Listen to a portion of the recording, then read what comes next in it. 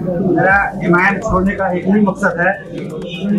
ये पार्टी जो है किसी एक समुदाय का पार्टी है और एक समुदाय से जो है ये इलेक्शन लड़ा नहीं जाता है या किसी जगह में इलेक्शन जीता भी नहीं जाता है। इसने कितना काम किया कितना नहीं किया तो गूगल में मौजूद है। एमपी साहब का कहना है कि आपका एमपी बिहार के सभी एमपीओ से बेसी काम किया है तो कागज में मौजूद है।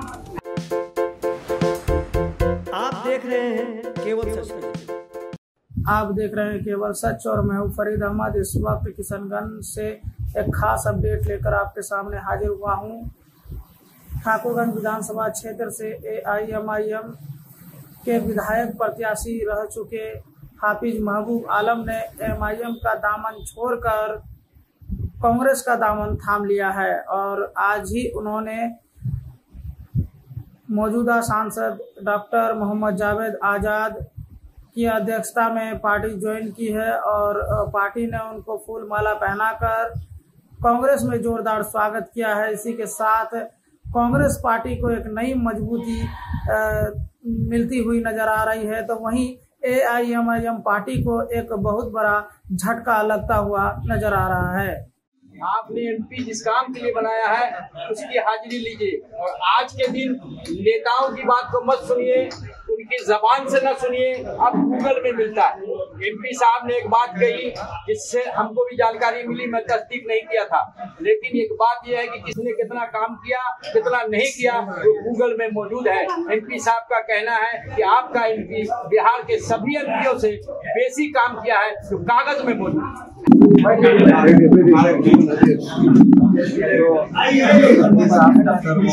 जावेद आजाद साहब कांग्रेस के नेता है।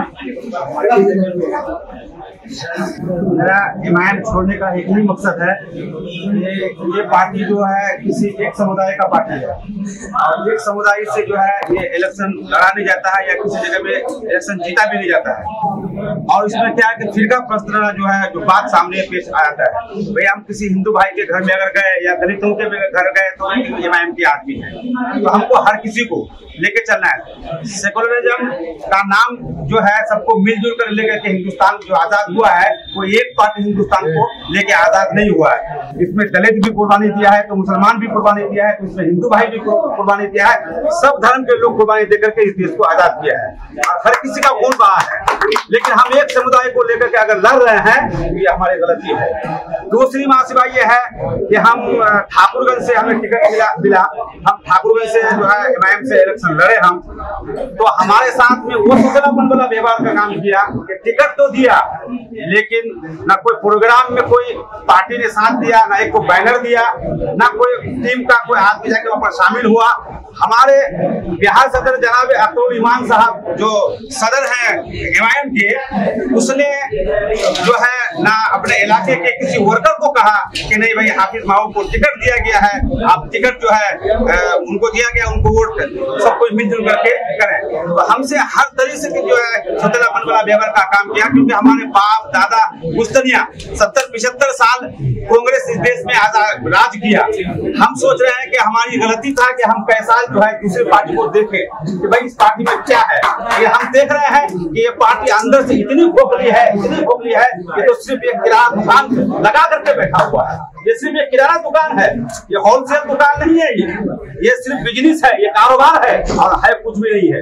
अब मैं ये बात कह देना चाहता हूँ पूरे सीमांचल के लोगों को कि मैं हमारे जावेद आजाद साहब जो एमपी हैं भाई उसको कश्मीर ना बनाए।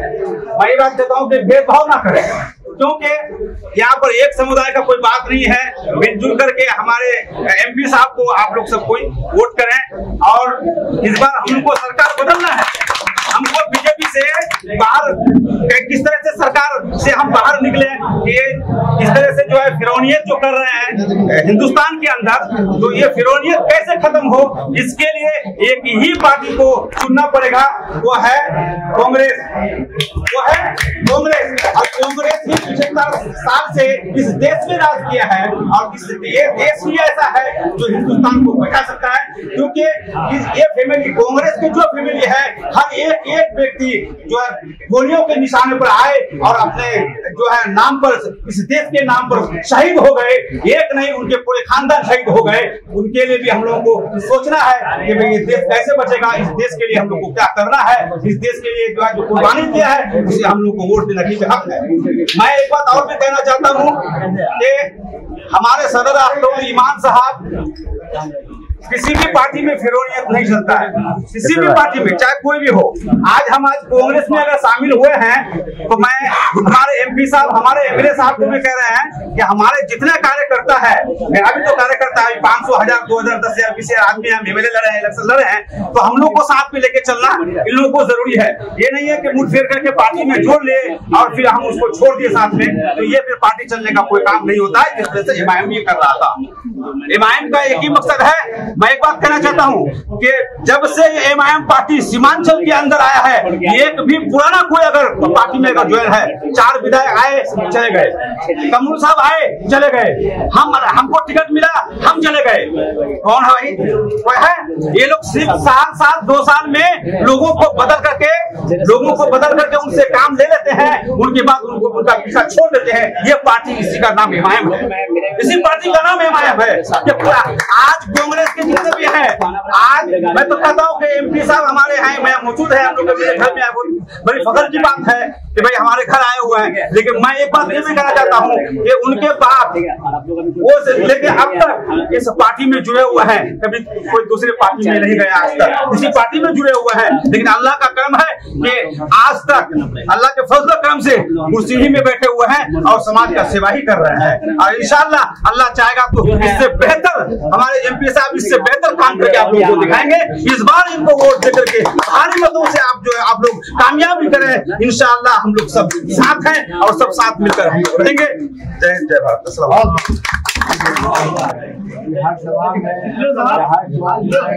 2 आदमी होते हैं, एक आदमी और दूसरा आदमी पीछे से अपना मोबाइल लेके रहता है और फिर लाइव करता है।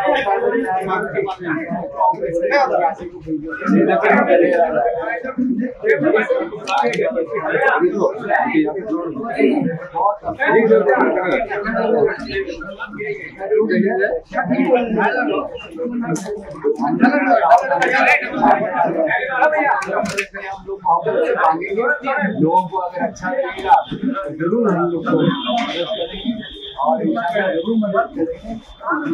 धीरे धीरे हर पार्टी जनता वहाँ भी करीब 50-60